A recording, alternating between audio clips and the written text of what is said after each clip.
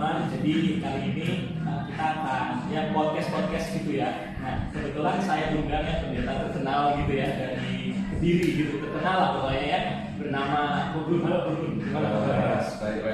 Oke. Terima kasih tuh udah mau saya undang ya untuk ngobrol-ngobrol lah, kita ngobrol sharing karena kan udah lama ketemu juga. Ya. Nah, buat teman-teman yang penasaran ini podcastnya acaranya apa ya? Kita belum ada nama acaranya gitu ya. Tapi untuk kali ini saya mau namain podcast ini adalah Cafe Letter. Cafe Letter, kopi nanti. Ya. Kenapa nggak nanya loh? Kenapa nggak kopi dulu kan? Karena kalau yang duluan itu tuh ya first gitu ya, makanya kan kalau orang-orang kan pagi-pagi langsung ngopi gitu kan, kalau coffee first gitu kan. Kalau kita Cafe Letter, tadi kita dua dulu gitu. Saya sih nggak kopi nih. Nah, mungkin kita sudah lama ya, dulu kan memang kita kenal itu dari SMA ya, dari pelayanan pelajar mungkin ya. Cuman sekarang kondisinya sudah sangat berbeda. Jadi saya kebetulan sudah malam buana ya sampai ke negeri jiran. Jadi bos ya Sudah ya di Jakarta misalnya teman-teman ya. Pernah berpengalaman juga di beberapa perusahaan sebagai HR gitu. Nah, ada beberapa fenomena yang menarik gitu yang mungkin boleh kita pelajari bersama-sama. Di sini juga ada Kogun ya, nanti saya mau sedikit bertanya juga ke Kogun seperti itu. Nah, jadi gini kok, kalau di tempat dulu kerja gitu ya, aku tuh sering dengar istilah-istilah seperti toksik. Seperti itu ya, toksik ya, teman-teman tahu ya toksik gitu ya. Toksik ya, kalau dalam pekerjaan biasanya kita kenal dengan toxic bos gitu ya. Bos yang toksik kan gitu ya teman-teman. Yang staff ngaku bisa duitin bosnya kan. Kalau nggak ada bosnya atau bikin grup WA ya nggak ada bosnya gitu kan. Toxic bos sering marah, sering ngasih pekerjaan yang dadakan gitu kan. Udah jam 5 sore waktunya pulang, bosnya ngechat tolong kerjain laporan A, B, C, D kan gitu. Nah, atau mungkin bahkan buat beberapa teman-teman yang lain toxic company gitu ya, teman-teman udah merasa aduh perusahaanku, kantorku, tempat aku bekerja ini toxic banget sih gitu ya, lingkungannya, bosnya seperti itu, nggak jelas deh pokoknya gitu. Nah, menurut aku sendiri nih, sebetulnya kata-kata toxic ini kok familiar nggak sih?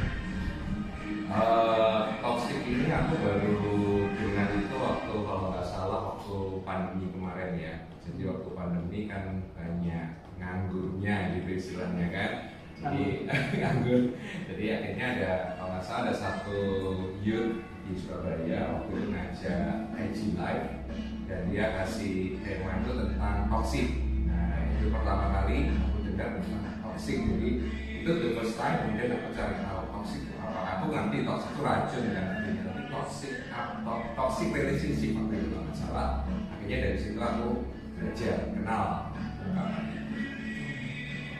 Berarti Kogun yang maksudnya kan kalau aku kan di marketplace mungkin ya biasanya ya sekuler gitu ya bekerja di kantor. Tapi kan kalau Kogun ini memang di rohaniawan gitu, kependetaan gitu.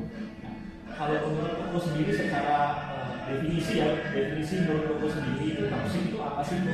Oke. Jadi pengertian ini ya awam atau bukan awam? Karena latar belakang saya menggunakan psikologi. Jadi sebuah hubungan yang toksik itu menurut aku adalah sebuah hubungan yang merugikan salah satu atau mungkin bisa aja dua orang terlibat dalam hubungan itu ya.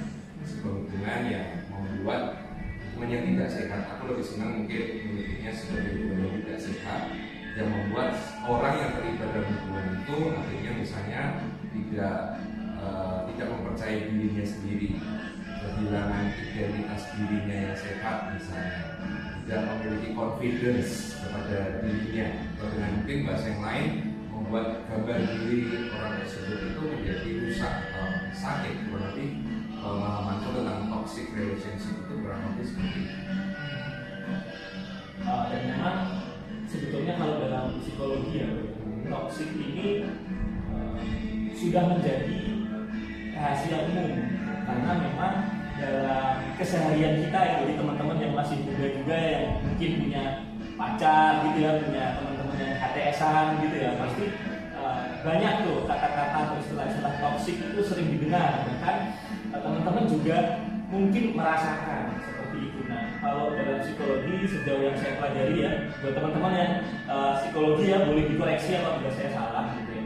Jadi sebetulnya toksik ini awalnya memang dipopulerkan oleh salah satu penulis dan juga peneliti, itu namanya William James. Nah, dia ini intinya dia menjelaskan dalam bukunya ya bahwa toksik ini atau toxic people ya, toksik ini adalah hal-hal yang dilakukan kepada orang lain sehingga orang lain itu merasa tidak nyaman atau dirugikan. Nah, William James juga menambahkan, jadi memang bentuk-bentuknya menurut William James itu seperti manipulasi, dominasi, kontrol gitu ya, sehingga membuat orang yang sebagai objeknya itu tadi merasa tidak nyaman ataupun merasa kehilangan jati dirinya atau sampai kehilangan identitas dirinya. Gitu. Nah, selain itu juga menurut psikolog ya, ada beberapa psikolog yang dia menerangkan untuk toksik ini memang ada beberapa bentuk-bentuk yang lain, gitu, bentuk-bentuk yang lain yang mungkin kita teman-teman juga sering dengar gitu. Nggak tahu ya kalau aku angkatan berapa kok? Angkatan berapa? Saya sudah lupa. Kita beda generasi nih. Kalau saya kan kebetulan, ya saya kan generasi apa? Saya kan 2010 ya. Ya maksud saya generasi X lah.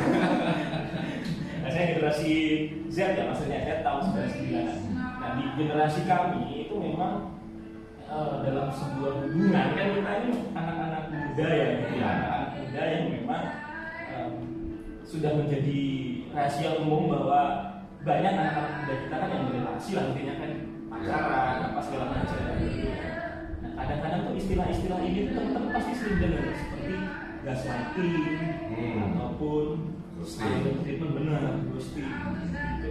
Nah, hal-hal seperti gaslighting terus silent treatment ini sebetulnya juga termasuk dalam toxic, termasuk dalam toxic behavior, perilaku yang toxic gitu.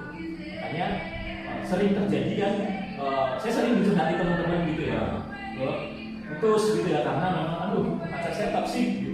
Nanti yang satunya, pacar saya juga toxic gitu. Jadi kadang tuh tidak bisa dipungkiri tuh bahwasanya memang kadang kita juga terlalu menggunakan overuse ya, menggunakan toxic di luar konteks gitu, atau melewati batas definisinya, dikit-dikit dibilang toxic, dikit dibilang toxic gitu. Padahal sebetulnya kalau secara teorinya itu memang dia toxic itu ada batasan-batasan tertentu di mana itu bisa dikatakan toxic, itu tidak dikatakan toxic seperti itu. Jadi kadang tuh bercandaan kita tuh suka gini loh, bos lagi rese ini toksik banget gitu, padahal cuman omel-omel di grup ya biasa, kerjaan salah gitu kan, diomelin, semua yang wajar sebetulnya, tapi karena toksik ini udah menjadi kata-kata yang overuse ya, jadi dikit-dikit toksik, dikit-dikit toksik gitu.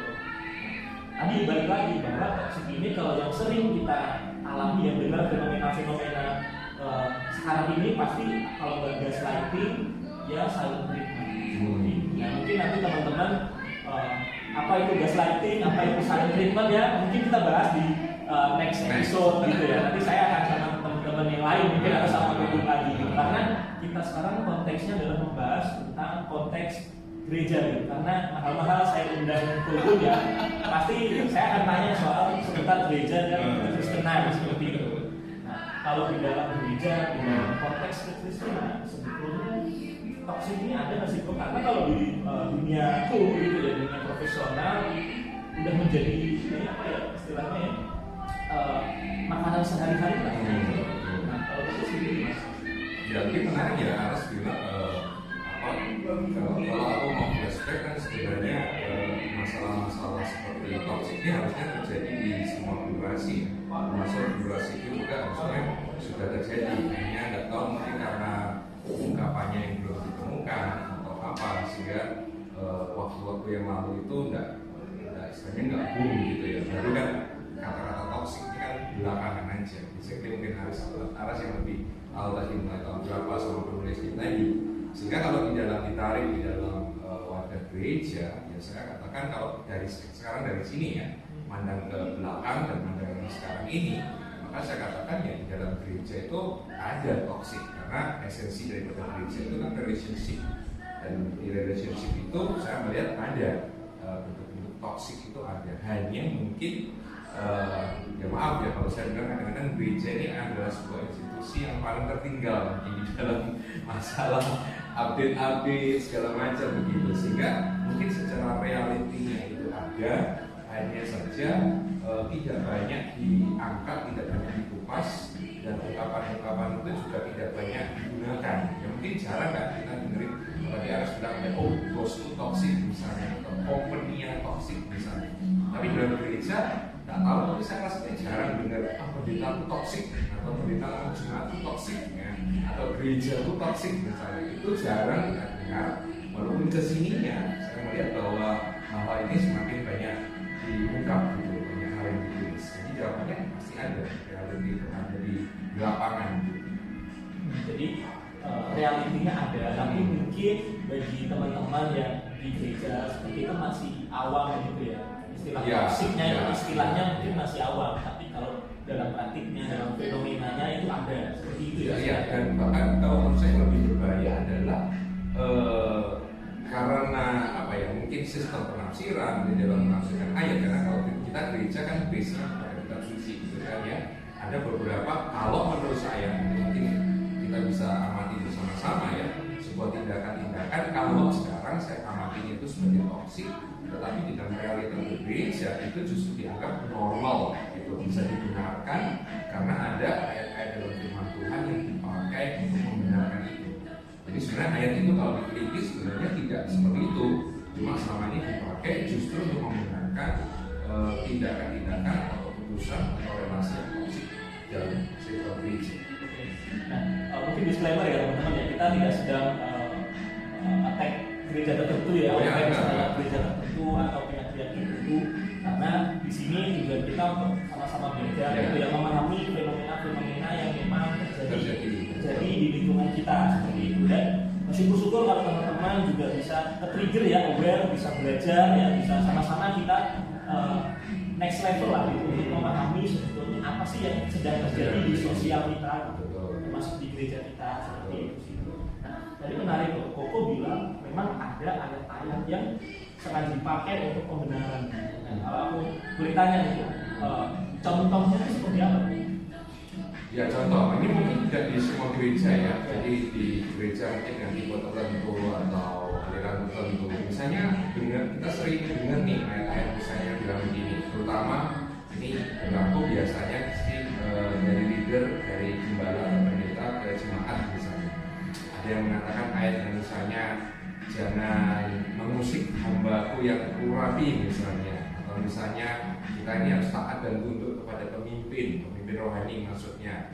Jadi tidak boleh mempertanyakan tindakan atau decision yang dibuat oleh leader, sekalipun misalnya kita melihat itu ada something wrong, sesuatu yang salah. Karena ada ayat yang mengatakan taat dan tunduklah kepada pemimpinmu, sehingga banyak di antara kita mungkin tidak berani untuk mengkritisi misalnya atau mempertanyakan decision yang dibuat leader tersebut, karena kalau kita melakukan itu dianggap sebagai sebuah untuk pemberontakan kepada Tuhan. Nah, sebabnya kalau nggak istilahnya nggak dipahami, ini bahaya. Ayat itu betul ada taat dan tunduk, tapi yang harus dipertanyakan kan taat seperti apa, tunduk seperti apa. Nah, ayat-ayat semacam ini kalau tidak dipahami dengan benar dalam konteksnya, bisa membawa ke dalam praktek-praktek toxic relationship di dalam gereja. Oke, jadi kita mau mempertanyakan evaluasi, tadi konteksnya adalah ayat-ayat ya. Kalau kita ngomong soal ayat, terus kita mengkritisi gitu ya, itu boleh nggak berarti? Ya boleh, kalau saya belajar ya selama ini ya boleh saja. Hanya kan sebenarnya yang diatur dalam tanda kutip ya di dalam kitab suci kan cara kita atau prosedur di dalam mengkonfrontasi leader misalnya, di dalam mengkritisi leader. Kan memang tidak boleh langsung kita langsung berhadapan, misalnya kita tegur dengan keras. Kalau itu dilakukan justru termasuk dan toksik gitu kan. Jadi di sini kita bisa melihat bahwa sebenarnya toksik itu bisa dua arah sih, dari leader ke jemaat, bisa juga dari jemaat ke leader, tergantung sebenarnya juga sistem pemerintahan dalam gereja, karena macam-macam ya itu bagaimana. Karena Karena kemarin saya membaca sebuah artikel itu, nggak tahu menurut Aras betul atau enggak, kan toxic ini kan terjadi ketika ada power gitu, ada kuasa, ada kekuatan. Nah, tinggal kekuatannya ada di mana gitu kan. Kalau dalam komunitas gereja ya, kalau powernya lebih banyak ke leadernya, berarti potensi untuk melakukan toxic itu lebih ke leader gitu kan. Tapi kalau authority powernya lebih banyak ke jemaat, ya mungkin jemaat yang lebih berpotensi untuk melakukan toxic kepada leadernya atau gembalanya. Itu sih. Oke. Nah, artinya berarti toxic atau kondisi relationship dalam gereja ini kan semacam leader dan jemaat gitu kan. Kalau leadernya lebih superior ya, mungkin lebih ada power superior. Nah, bisa saja leader ini punya kewenangan itu untuk ya sadar dan sadar ya, jadi membuat situasi itu menjadi toksik gitu.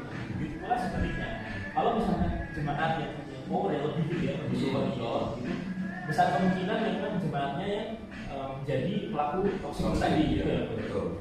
Oke. Nah, apa namanya?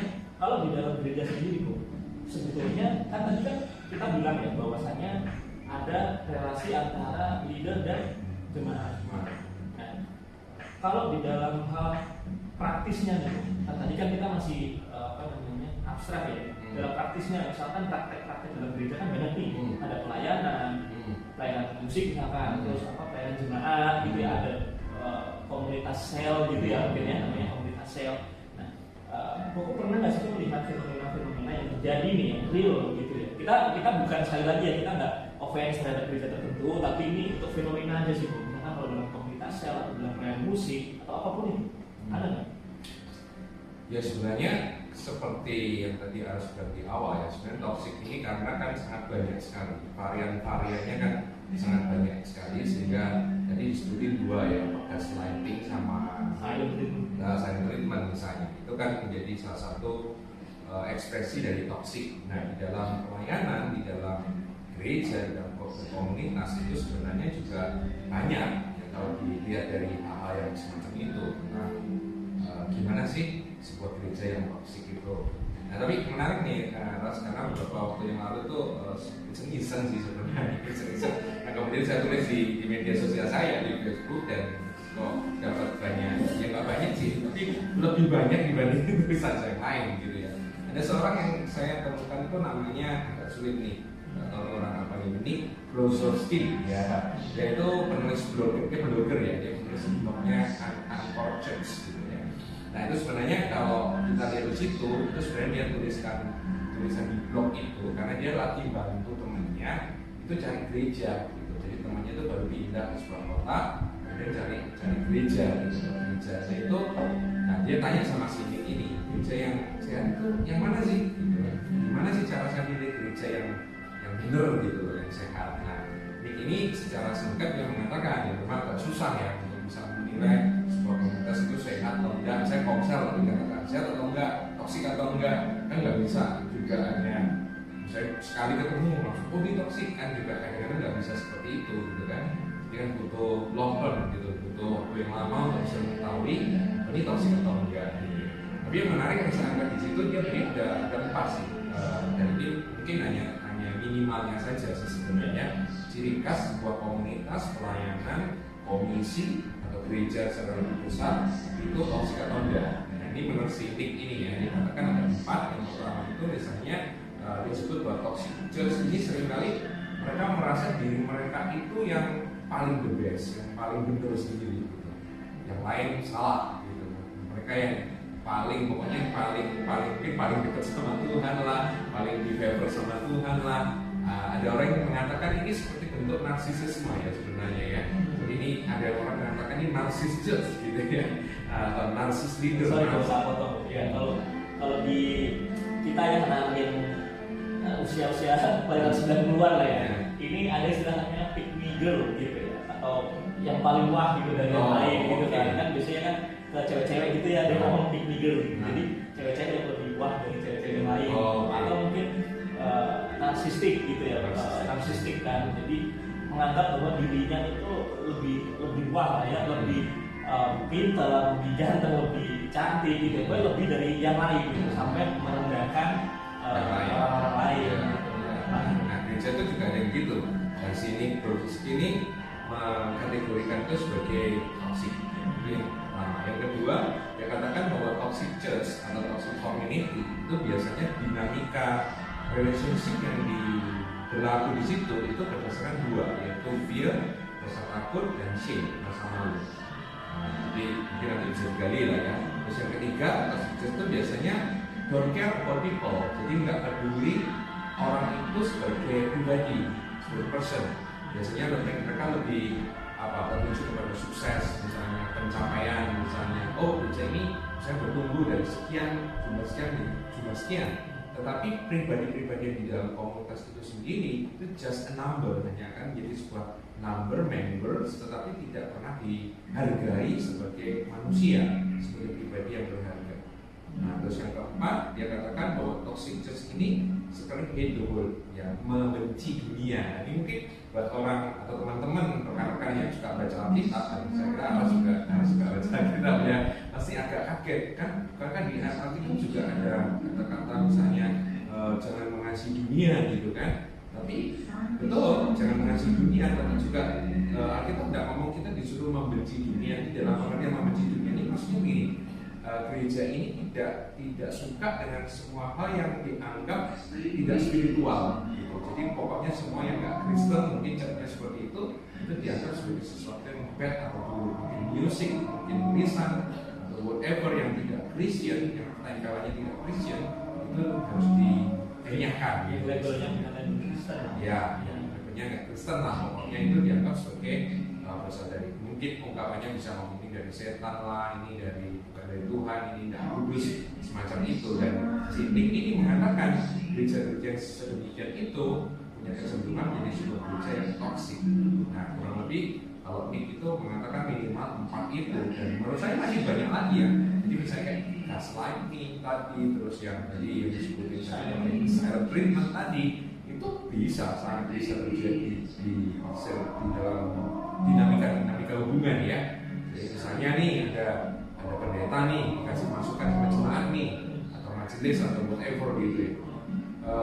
Pendetanya misalnya ya, tapi nggak direspon, nggak dilakuin, misalnya nggak dibawa ke diskus, menurut saya itu juga toksik sih, tapi toksik di dunia gitu kan.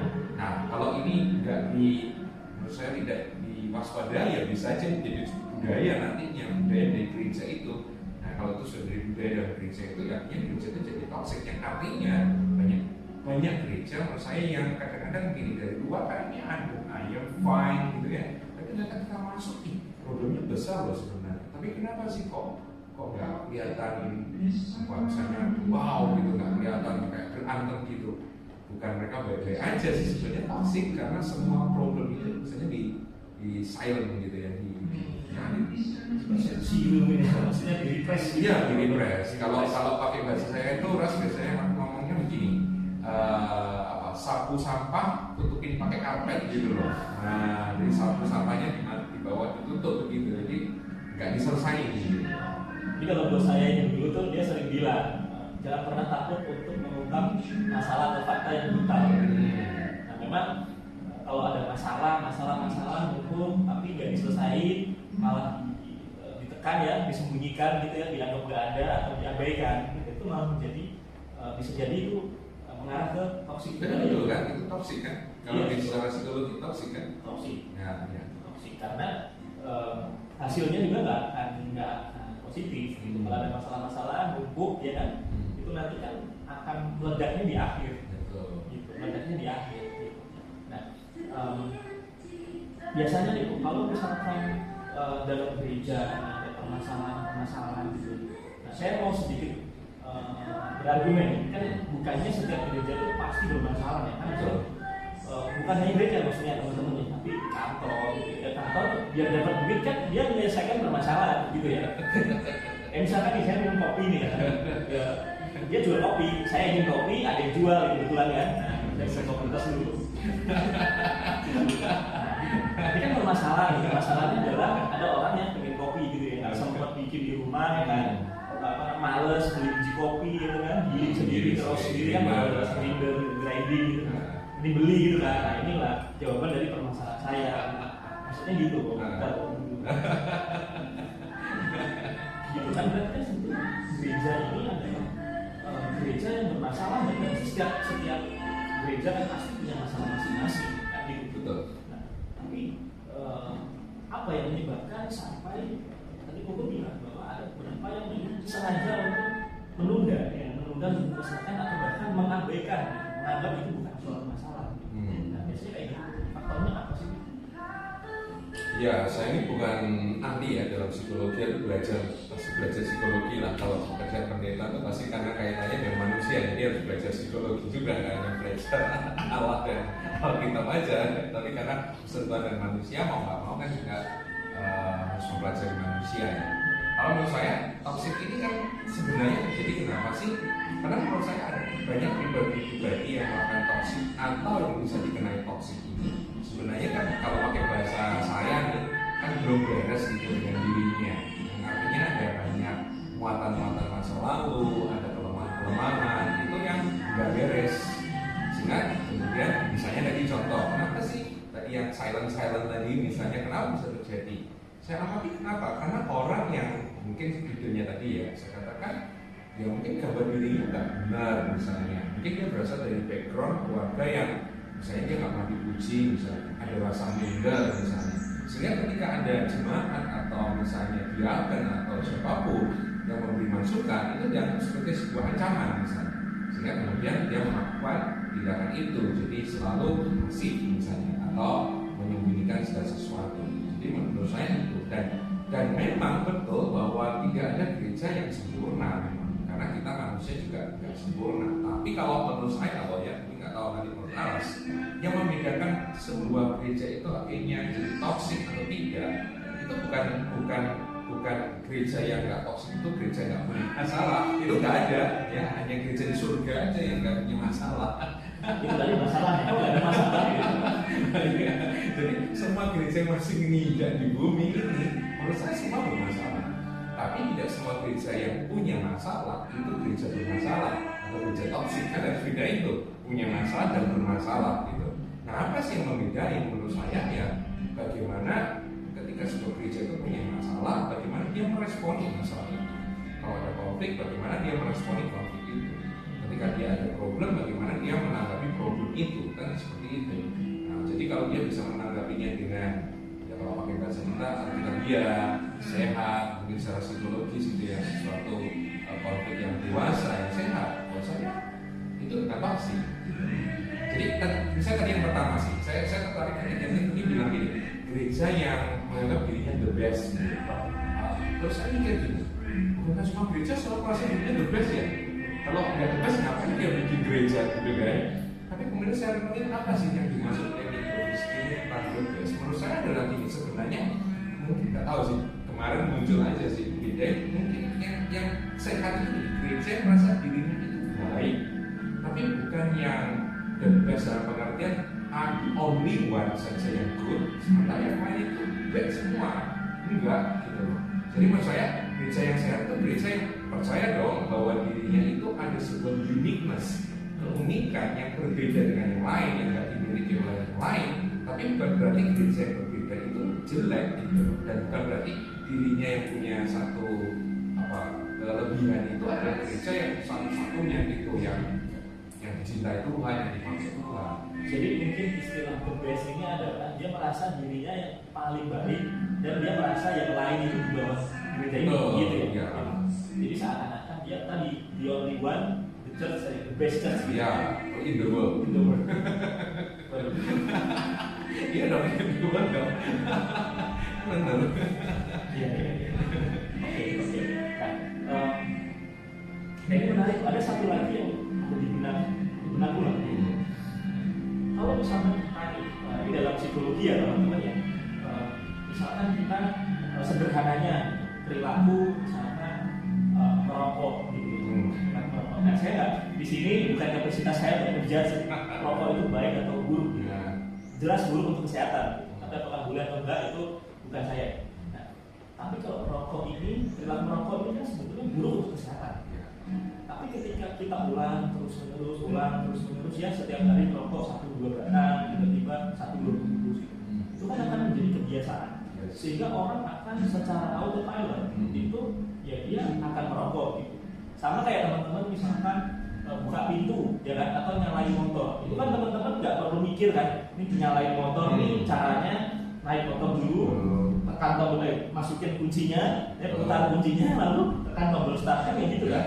Pasti tanpa teman pikir, teman-teman udah bisa otomatis alat pilot. Maksudku gini, dalam konteks toksik ini bisa jadi karena sebuah kebiasaan, akhirnya orang tuh nggak sadar bahwa dia itu dalam kondisi situasi yang toksik. Kan memungkinkan itu seperti itu.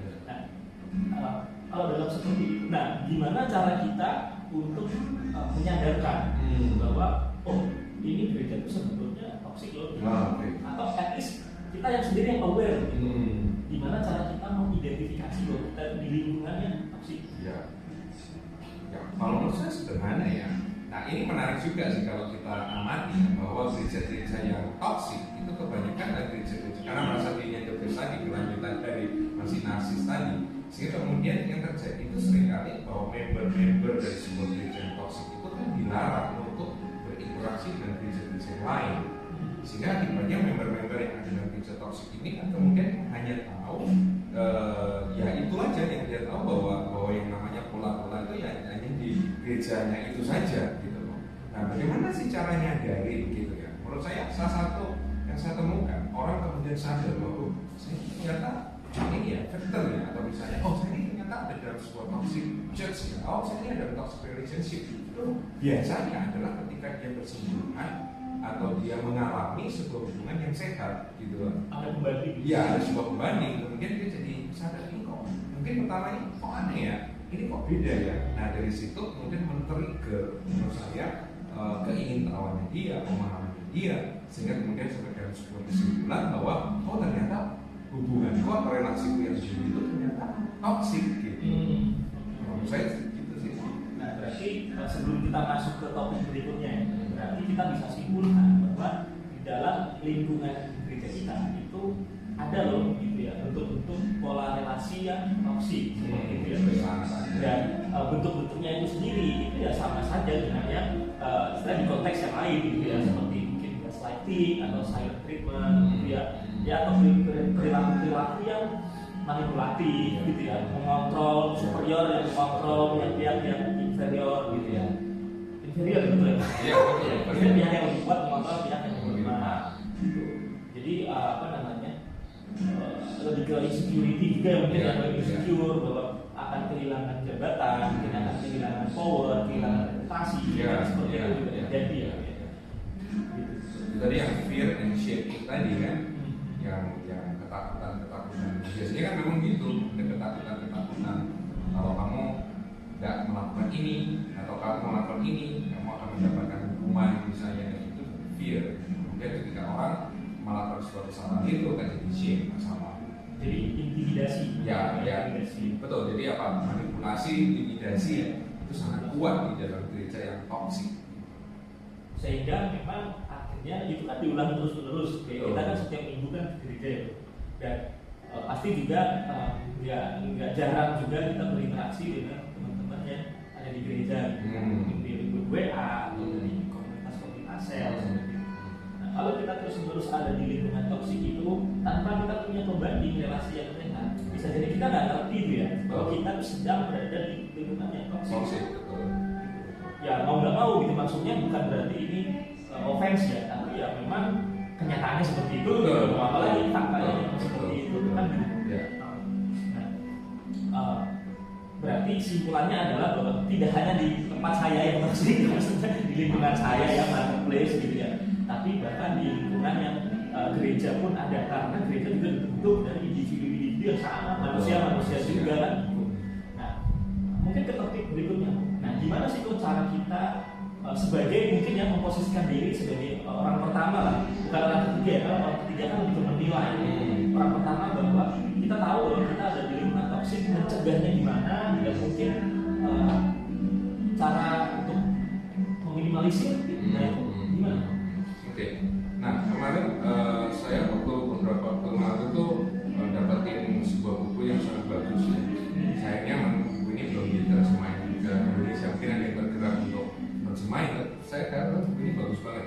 Judulnya itu A Church Called Tough. Tough itu dalam bahasa Ibrani artinya good. Ya. Jadi judul buku ini gereja yang disebut sebagai the good church, gitu. Bukan, ya ini kebalikan dari toxic church. Ya. Itu pengarangnya ada seorang profesor gender baru yang terkenal sekali, namanya Scott McKnight. Dia nulis sama seorang batuan juga, guru juga, namanya Laura Berringer. Nah dia di buku itu salah satu masalahnya, nggak lupa semuanya ya, itu dia kembangkan sebuah siklus yang namanya itu siklus Tov. Nah di siklus Tov itu dia menyebutkan ada 7 elemen, ada 7 elemen, atau 7 habits, katakan 7 kebiasaan yang kalau itu dikembangkan, dipelajari, dikembangkan, kemudian dihidupi gitu, itu menjadi sebuah seperti imunitas kepada toksik gitu, bisa mencegah toksik terjadi. Dan kalau toksik itu ada, kalau kita bisa pelajari, kita bisa perangi gitu. Nah secara sederhana 7 elemen itu semuanya sebenarnya pengajaran yang ada di Alkitab sih. Cuma dia kasih nama, misalnya pertama, misalnya dia menekankan pentingnya misalnya untuk memberi makan misalnya rasa empati, mengembangkan rasa empati. Empati ini kan, ini awal tadi harus kasih definisinya. Tapi menurut saya empati itu kan kemampuan untuk kita bisa merasakan apa yang orang lain rasakan, gitu kan. Nah ini sebenarnya untuk melawan apa? Melawan yang tadi narsis tadi. Kalau narsis itu dari yang dipikirkan itu dirinya sendiri kan. Dia nggak peduli sama orang lain, dia nggak bisa bikin orang lain. Nah Scott McKnight mengatakan kalau kita itu belajar kembangin misalnya rasa empati misalnya dengan orang, maka otomatis kita nggak narsis gitu. Nah terus yang kedua, saya elemen yang kedua dia mengatakan saya kembangkan yang namanya grace, tentang kasih karunia. Jadi pemahaman tentang grace, tentang kasih karunia itu apa? Kita sangat banyak banget, dan saya percaya grace, kasih karunia itu adalah salah satu pengajaran dasar gitu di dalam Alkitab. Nah ini banyak juga orang Kristen yang nggak paham itu. Nah misalnya selain daripada ini ya tentang berusaha juga ya, kan harus timbang tuh katanya. Oh iya, semua nanti ada betul. Grace bukan yang hyper gitu ya. Chris ini resist yang namanya fear culture misalnya, karena Chris itu kan bicara tentang forgiveness, salah satunya pengampunan. Jadi misalnya kalau kamu salah, it's okay ya. Kalau di psikologi ada istilahnya it's okay, you're not okay gitu ya. Nah Chris itu walaupun nggak semuanya compact dengan 100% dengan itu, tapi memberi pengajaran semacam itu, mengembangkan budaya seperti itu. Nah terus yang berikutnya misalnya put the people first. Jadi misalnya ini tadi kalau si Nick bilang kan gereja toksik itu nggak peduli orang. Nah Scott mengatakan ya kebalikannya gimana, kita belajar dong dari orang. Jadi jangan mandang orang itu sebagai aset gitu loh. Jangan pandang orang itu hanya seperti sarana untuk mencapai sebuah tujuan gereja. Tapi betul-betul kita belajar untuk mempedulikan orang-orang yang ada di sekitar kita, terutama staf-staf lokasi. Karena jemaat Anda tidak ada gaji gitu. Saya kantor kan, saya digaji, saya nggak peduli saya mau dijadikan aset begitu. Nah makanya paling aset itu bukan hanya jemaat, staf itu paling kasih. Terus yang lain dia bilang, nah ini untuk imbangan spiritual grace, misalnya dia bilang kita harus belajar juga di dalam komunitas yang sehat tadi, untuk telling the truth. Belajar untuk berani mengatakan kebenaran, benar, salah bersalah. Nah, siapapun itu kalau salah ya kita harus berani mengatakan salah, telling the truth. Tapi kembali grace dan truth ini kan jadi dua hal yang mengimbangkan ya satu sama lain. Nah kemudian yang lain misalnya dia bilang ingin kembangkan juga rasa justice, rasa keadilan. Ya, saya definisi keadilan adalah memberikan kepada seseorang sesuai dengan apa yang menjadi bagian dari orang tersebut. That's justice gitu. Nah, menarik karena Scott McKnight mengatakan bahwa mengembangkan justice ini akan melawan yang namanya baru sadar ya, ada yang namanya dia mengatakan loyalty culture ya, seperti budaya yang loyal tapi bahasanya the false loyalty culture. Karena ada beberapa gereja yang membangun gini, sangat loyal kepada pemimpinnya, bahkan sekalipun pemimpinnya salah, dia kan mati-mati yang membela itu. Mungkin bahasanya kultus individu ya. Jadi akhirnya berubah jadi kultus individu, tapi itu dianggap sebagai sebuah loyalitas yang benar. Nah ini sebenarnya juga menurut saya bagian dari toksik. Nah si Scott mengatakan supaya tidak terjadi itu, kita harus belajar untuk mengajar jemaat kita mengenai the truth, kan? Dan berani untuk mengatakan kebenaran. Apalagi opininya lah kan, maksudnya kebenaran gitu kan ya. Jemaat kan kita takut ya tuh benar atau enggak, tapi at least mengutarakan apa yang menjadi pikirannya mungkin yang baik. Ya, tapi kan ada beberapa yang menurut saya kadang-kadang yang memang ya salah sih ya, kadang-kadang itu bukan lagi di gray area sebenarnya, tapi misalnya black and white misalnya. Tapi kan kembali lagi ke lingkungan atau gereja toksik sebagai alasan legitimasi gitu loh, sehingga kemudian jemaat kadang-kadang sudahlah dia kan pendeta, dia kan lebih tahu Alkitab daripada saya, ya mungkin saya yang salah. Nah itu kan kadang-kadang nggak berani mengatakan gitu ya. Oke, katakan aja, boleh lah ada opini ya. Terus kemudian kembangkan tentang ini, dia katakan attitude service, pelayanan, ya, belajar untuk melayani orang lain. Itu untuk resist apa sih yang dia sebut? Seperti banyak ungkapan-ungkapan bagus menurut saya yang namanya celebrating culture. Gitu. Dalam gereja itu kadang-kadang ada yang namanya celebrating culture. Jadi apa? Celebrity. Ya, jadi dia budaya kemudian menganggap bahwa leader itu semacam celebrity, gitu, sesuatu yang kagumi, yang maksudnya di atasnya kita dipuja, menjadi idol. Nah, kalau si Scott katakan kembangkan pelayanan. Yang terakhir dia katakan kembangkan yang paling fondasi si percaya keserupaan dan Kristus, Christ likeness.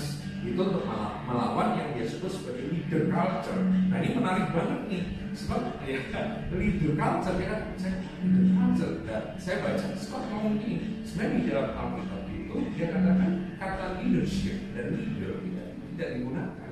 Jadi lebih Alkitab itu lebih mengembangkan tentang, kalau dia bicara pun tentang leadership, sebenarnya bicara tentang lebih apa yang keteladanan, tentang membimbing. Kalau leader itu kan kesannya kontrol gitu kan, terus push gitu kan, mendominasi. Nah itu yang Scott katakan dia nggak terlalu senang menggunakan kata leader itu sebenarnya tidak. Betul.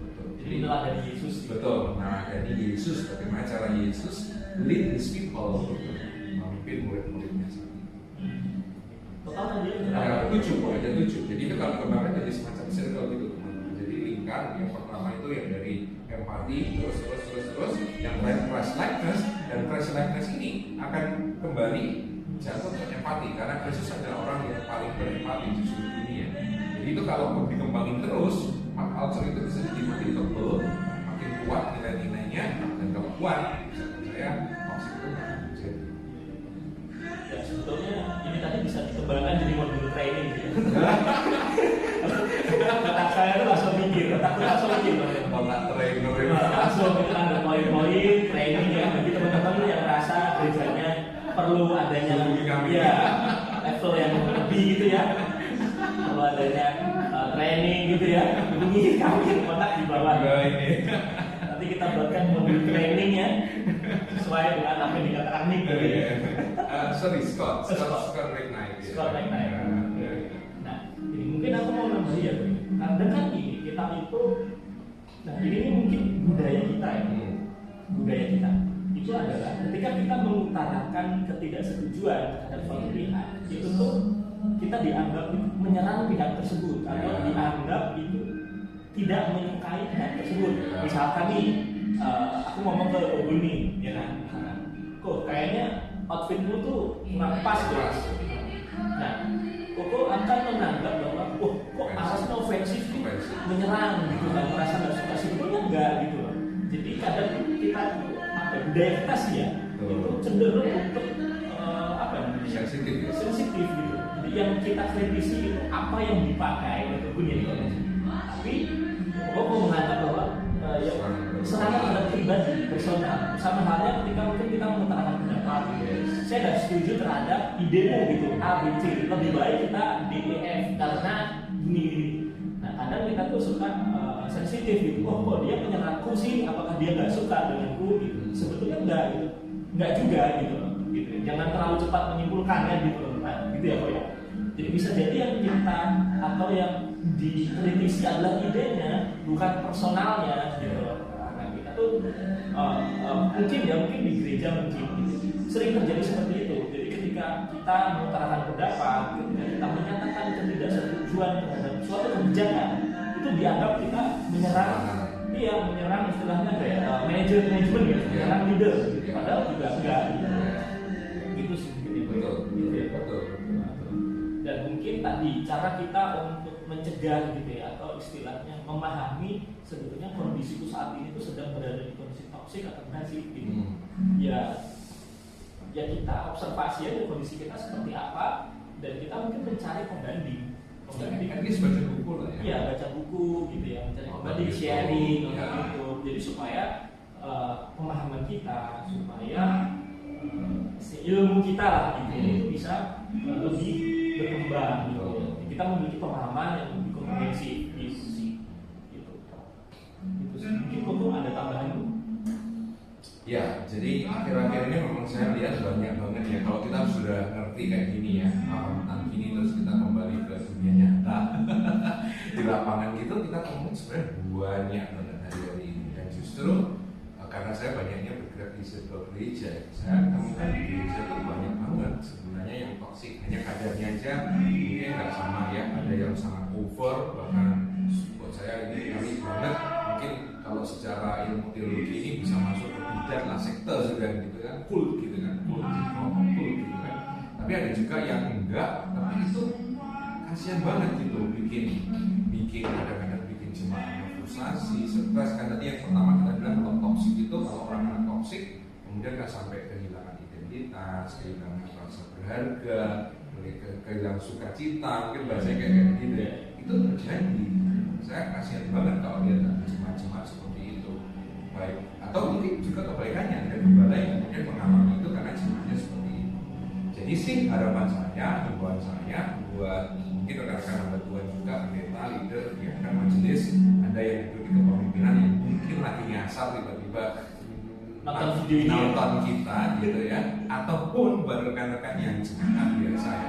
Ayo ajakan saya, kita sama-sama belajar tentang ini, bukan untuk jadi sebuah senjata untuk nyalain satu sama lain, tapi kemudian kita jadi aware dan kita yuk mulai bersama-sama start, kita memulai culture talk tadi yang disebut sebagai budaya yang baik dalam gereja, sehingga harapan saya muncul makin banyaknya gereja-gereja yang sehat di Indonesia. Nah kalau gerejanya sehat, saya pastikan deh kalau sehat itu pasti bertumbuh. Jadi nggak usah kejar growing church sebenarnya, tapi kejar healthy church sebenarnya. Jadi kalau gereja, saya dulu pernah ngomong kalau gereja itu sehat, gereja itu pasti bertumbuh.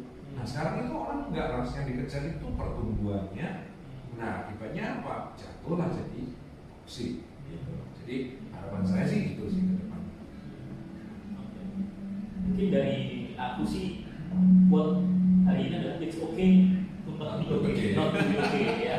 Artinya kita tuh sadar bahwa kita memang manusia yang sempurna. Iya, betul. Jadi setelah kita bisa menyadari itu tuh langkah yang bagus.